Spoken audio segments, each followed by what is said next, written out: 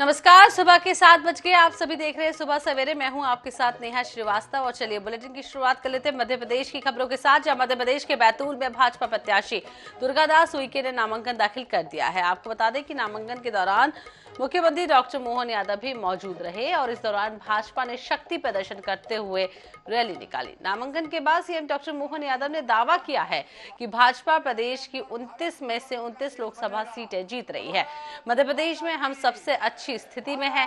CM Yadav ने कांग्रेस पर तंज कसते हुए कहा है कि कांग्रेस के लोग कोई जेल में है तो कोई बेल पर है। जो हार रहे हैं वो ईवीएम को दोष देते हैं। उन्होंने पीएम मोदी की बात दोहराते हुए कहा है कि जो भ्रष्टाचार करेगा वो नहीं बचेगा। तो हमारा पिछली बार का रिकॉर्ड तोड़ेगा। मेरी अपनी ओर से एक बार फिर बधाई। मुझे बड़ा दर्द होता है, दुख होता है कि जो हार रहे हैं वो कभी ईवीएम को दोष देते, कभी संविधान को दोष देते हैं। वो अपने अंतरंग में झांक के देखे कि उनने गलतियां क्या की, उनकी और उनकी पार्टी की, विपक्षियों की हालत आज क्या हुई है। कोई बेल पे है, कोई जेल में है। लगातार इस दुरावस्था में वो आत्ममूल्यांकन करे और लोकतंत्र के लिए खास करके जनता बहुत बारीक निगाह रखती है। बात रीवा की, जहां रीवा में कांग्रेस प्रत्याशी नीलम अभय मिश्रा ने नामांकन दाखिल किया और नामांकन से पहले पीसी चीफ जीतू पटवारी ने कार्यकर्ताओं को संबोधित किया। उन्होंने कहा है कि निष्क्रिय सांसद और सक्रिय जनप्रतिनिधि के बीच मुकाबला है और रीवा में कांग्रेस की जीत तय है। हालांकि जीतू नामांकन रैली में शामिल नहीं हो सके। आपको बता दें कि कांग्रेस नेता अजय सिंह राहुल के साथ कलेक्ट्रेट पहुंचकर नीलम मिश्रा ने नामांकन दाखिल किया और इस दौरान अजय सिंह राहुल ने कांग्रेस प्रत्याशी की जीत का भरोसा जताया है। तो वहीं नीलम मिश्रा ने रीवा के विकास का मुद्दा उठाते हुए मौजूदा सांसद पर तंज कसा।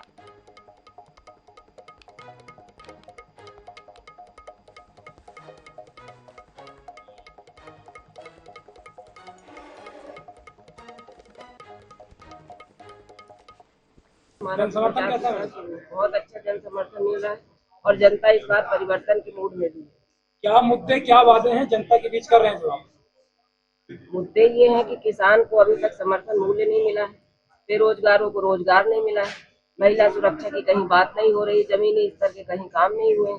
ये सारे मुद्दे हैं। एहसास कराता है कि देश के लोकतंत्र को बचाने वाले लोग, संविधान को बचाने वाले लोग जो आस्था रखते हैं सर्वधर्म समभाव में, जो जात पे न पात पे मोहर लगेगी हाथ पे, ये वातावरण अद्भुत है, कल्पनीय है। एक निष्क्रिय सांसद और एक सक्रिय जनप्रतिनिधि के बीच का चुनाव है और मैं मानता हूं कांग्रेस भारी बहुमत से रीवा में जीतेगी। एक अच्छा प्रयोग रहेगा और हमारी भावी चुनाव जीतेंगी, ये हम लोगों का पूरा लक्ष्य है। देखिए एमपी में कितनी सीटें आएंगी वो समय बताएगा, लेकिन 8-10 सीटें का हम लोग अनुमान लगाएं, कम से कम 8-10 सीटें।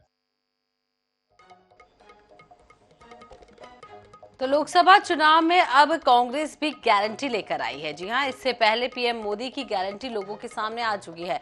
सवाल ये है कि क्या लोकसभा चुनाव में मुकाबला कांग्रेस की गारंटी और मोदी की गारंटी के बीच होने वाला है। कांग्रेस की 5 गारंटी, लोकसभा में मैनिफेस्टो की एंट्री, मोदी की गारंटी का असर या पिछली हार का डर। लोकसभा चुनाव के लिए अब कांग्रेस भी सक्रिय नजर आ रही है। कांग्रेस भी बीजेपी की तर्ज पर गारंटी देने लगी है। सोशल मीडिया प्लेटफॉर्म एक्स पर मध्य प्रदेश कांग्रेस के प्रदेश अध्यक्ष जीतू पटवारी ने कांग्रेस की 5 गारंटियां पोस्ट की है, जिसमें युवा न्याय, नारी न्याय, किसान न्याय, श्रमिक न्याय और हिस्सेदारी न्याय का जिक्र किया गया है। इन 5 गारंटियों में 25 मुद्दों का जिक्र किया गया है। कांग्रेस पार्टी ने जो चीज़ की आज ज़रूरत है इस देश में, जो युवाओं को नौकरी की ज़रूरत है, बेरोजगारों को, उनके लिए नौकरी पक्की करने की गारंटी दी। जो नारी सम्मान की लड़ाई लड़नी है उसके लिए नारी न्याय की घोषणा करी। किसानों की जो परेशानी है उसके लिए, किसानों की समस्याओं के समाधान के लिए, उनके न्याय के लिए गारंटी देने का काम किया। और कांग्रेस पार्टी ने इससे पहले भी सरकार में आके ये तमाम चीज़ें की थी। और आज जब दोबारा हम चुनाव के मैदान में हैं तो जो गारंटीज़ का झूठ बोला जा रहा है, कांग्रेस पार्टी ने जो असली गारंटीज़ हैं वो देने का काम किया है, राहुल गांधी जी ने दी है। जैसा कि कांग्रेस की गारंटी से ही लगता है कि इस पर राहुल गांधी की न्याय यात्रा का भी असर है। क्योंकि हर गारंटी को न्याय से जोड़ा गया है। अब इस पर बीजेपी की क्या प्रतिक्रिया है, जरा वो भी सुन लीजिए। देखिए, कांग्रेस पार्टी के अभियान का नाम है घर घर गारंटी अभियान ट्रिपल जी।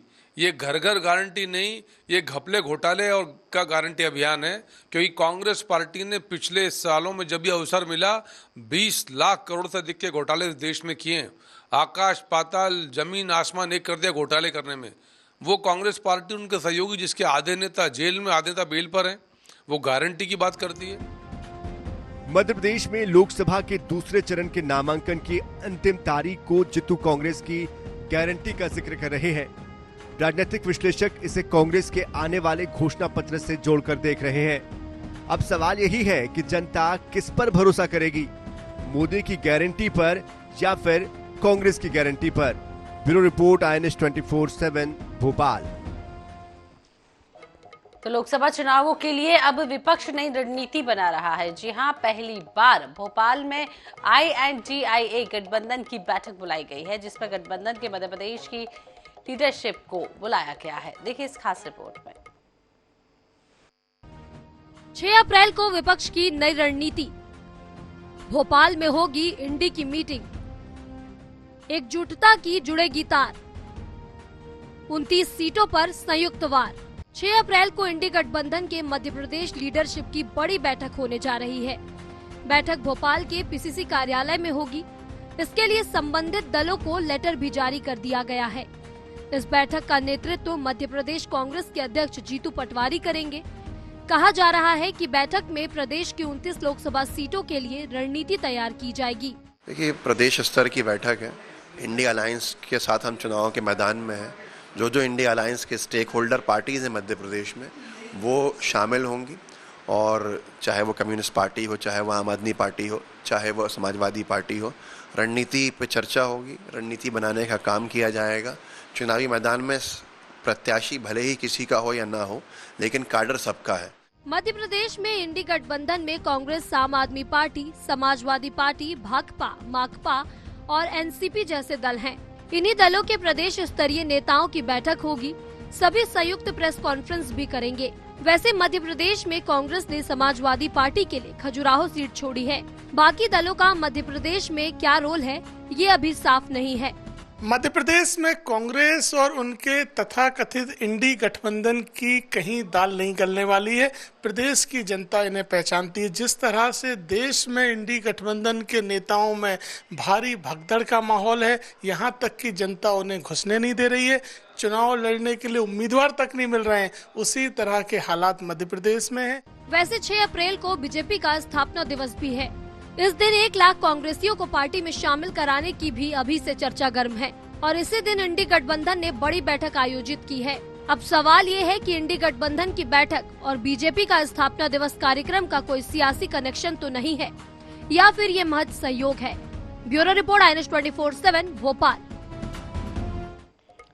इधर प्रदेश अध्यक्ष जीतू पटवारी टीकमगढ़ लोकसभा से कांग्रेस के प्रत्याशी पंकज अहिवार के समर्थन में एक चुनावी सभा में शामिल हुए। सभी को सभा में संबोधित करते हुए जीतू पटवारी ने कहा है कि देश में लोकतंत्र डरा हुआ है, लोगों को डरा धमकाकर पार्टी छोड़ने को मजबूर किया जा रहा है। तो कुछ अपने कुकर्मों को छुपाने के लिए पार्टी छोड़ रहे हैं, लेकिन जो चले गए उनकी कभी भी कांग्रेस में वापसी नहीं होगी। जीतू पटवारी ने भाजपा पर जमकर निशाना साधा। जीतू पटवारी के साथ विवेक तन्खा, अरुण यादव सहित बुंदेलखंड के दर्जनों कांग्रेसी नेता भी शामिल रहे। वहीं टीकमगढ़ लोकसभा सीट से कांग्रेस प्रत्याशी पंकज अहिवार ने भाजपा के डॉक्टर वीरेंद्र खटीक पर निशाना साधते हुए कहा है कि सांसद ने 15 सालों में कोई विकास कार्य नहीं कराया है और इसके द्वारा टीकमगढ़, छतरपुर और निमाड़ी जिले में शिक्षा, स्वास्थ्य, रोजगार एवं विकास के लिए कोई कार्य नहीं किया गया है।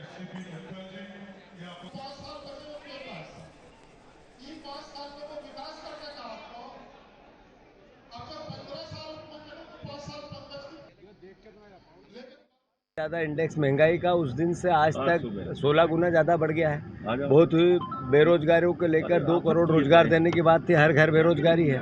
काले धन का क्या हुआ किसानों की डबल इनकम का क्या हुआ, एमएसपी का, अभी 2023 का चुनाव हुआ 2700 के गेहूं का क्या हुआ धान का 3100 के क्या हुआ, 3000 बहनों के।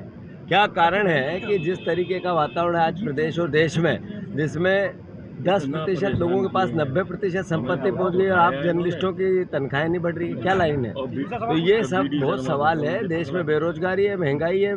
मुद्दे देखिए जिस प्रकार से आदरणीय हमारे विधायक जी ने बताया है, तो मुद्दे हैं और महत्वपूर्ण चीज़ है कि इन 15 वर्षों में जो यहाँ से वो सांसद हैं, तो इस ज़िले के लिए, टीकमगढ़ ज़िले के लिए और छतरपुर निवाड़ी के लिए कोई भी काम नहीं किए हैं, ऐसी कोई सौगात नहीं दी है।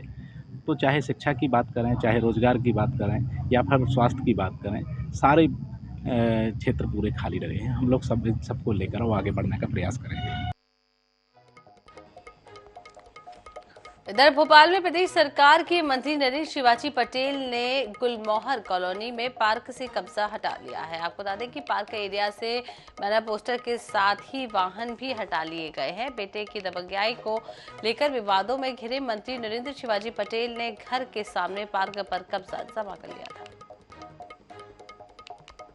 बेटे के विवाद के बाद सुर्खियों में आए राज्य स्वास्थ्य मंत्री नरेंद्र शिवाजी ने घर के सामने बना पार्क का कब्जा जो है हटा लिया गया है। इस वक्त मैं मौजूद हूँ ठीक पार्क के सामने। आप देख सकते हैं यहाँ बैनर पोस्टर जो लगाए गए थे वो बैनर पोस्टर पूरी तरह से हटा लिए गए हैं और टीन के शेड के नीचे जो है बैनर पोस्टर लगे हुए हैं और लगातार जो एंट्री गेट भी जिस तरह से बंद था वो एंट्री गेट भी शुरू हो गया है। लोगों की आवाजाही भी शुरू हो गई है।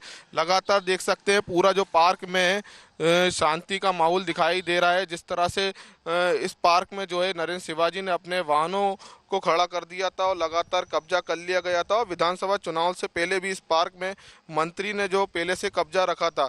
आपको बता दें कि जिस तरह से मंत्री होने के रसूख को दिखाकर कॉलोनी में के ठीक सामने इन्होंने जो पार्क का कब्जा कर लिया था, अब पूरी तरह से उसे हटा लिया गया है। कैमरामैन विपिन के साथ सनी मालविया, INS न्यूज़ भोपाल।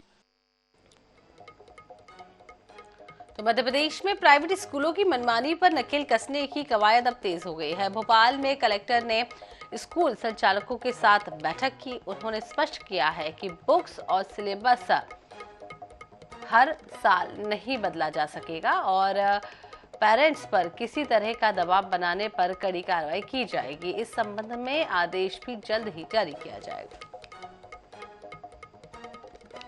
विक्रेता और स्कूलों की मनमानी लगातार जारी है। भोपाल कलेक्टर कौशलेंद्र विक्रम सिंह जी हमारे साथ मौजूद है, उनसे बात करेंगे। सर, लगातार मनमानी जारी है। कल भी आपने कार्रवाई की लेकिन बिक्री अभी भी जारी है। कल 2 बुक सेंटरों पर कार्रवाई की थी। देखिए क्या है, अभी कल हमारी पूरे स्कूल संचालकों के साथ बैठक हुई। उनको क्लियर कट इंस्ट्रक्शन दे दिए गए हैं कि किसी एक पर्टिकुलर बुक शॉप या किसी को जो है नहीं बताएंगे कि वहीं से सामग्री खरीदनी है। इसके अलावा जो है अभी हमने कल 2 बुक स्टोर पे कार्रवाई भी की है। आगे भी हम लगातार इस कार्रवाई को जारी रखेंगे। टोल फ्री नंबर जारी कर दिया है, कोई भी शिकायत डीओ को मिलेगी तो उस पर कार्रवाई होगी। तो पूरा मैकेनिज्म जो है हम लोगों ने सेट कर लिया है। सर, मनमानी रोकने के लिए क्या कुछ कार्य योजना बनाई जा रही है? मनमानी रोकने का ये है कि जो हमारी बुक्स हैं वो बुक्स जो है किसी भी स्टोर से पालक खरीद सकें। कोई भी एक व्यक्ति की एक दुकान की मोनोपोली ना हो। उसके लिए जो RT एक्ट में भी जो रूल्स हैं और सरकार के भी रूल्स हैं कि पहले से इन्फॉर्म करना, सिलेबस अपलोड करना, सिलेबस सभी की जानकारी में रहना, वो सारी जो व्यवस्थाएं हम लोग कर रहे हैं। अभिभावक देखने को मिल रहा है ज़्यादा दबाव बनाया जा रहा है स्कूल संचालकों की ओर से। नहीं, अगर कोई भी ऐसा अभिभावक शिकायत करता है तो तत्काल स्कूल के विरुद्ध FIR करेंगे। देखते हैं भोपाल कलेक्टर जो बता रहा है कि पेरेंट के मुताबिक जो शिकायत करता है कि उसके खिलाफ FIR दर्ज भी की जाएगी। कैमरामैन विपिन के साथ सनी मालविया, INS न्यूज़ भोपाल।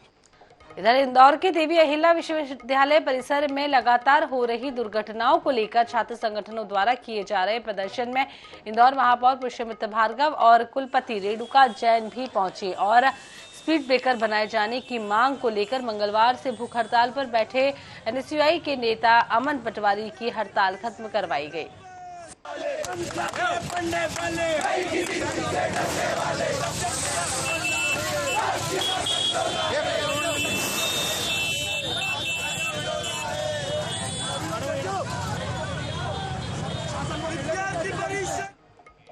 इधर जबलपुर के सिहोरा थाना क्षेत्र के हरगढ़ गांव के लोगों ने लोकसभा चुनाव में जमीन नहीं तो वोट नहीं का नारा दिया है। दरअसल पिछले 44 सालों से वे सरकारी जमीन पर रह रहे हैं और अब डर है कि उन्हें बेदखल ना कर दिया जाए। यहां के लोग पट्टा मांग रहे हैं, जिसे लेकर गांव वालों ने चक्का जाम कर जमकर नारेबाजी की है। इधर सूचना मिलते ही पुलिस, तहसीलदार और एसडीएम मौके पर पहुंच गए हैं और उन्हें समझाइश दी गई है। जमीन नहीं तो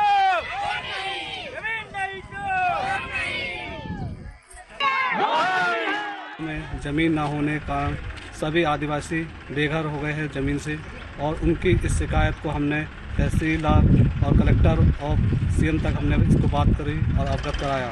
हाँ, ग्राम हरगढ़ में एक इंडस्ट्रियल एरिया बना हुआ है जिसमें पहले कभी इनकी ज़मीनें गई।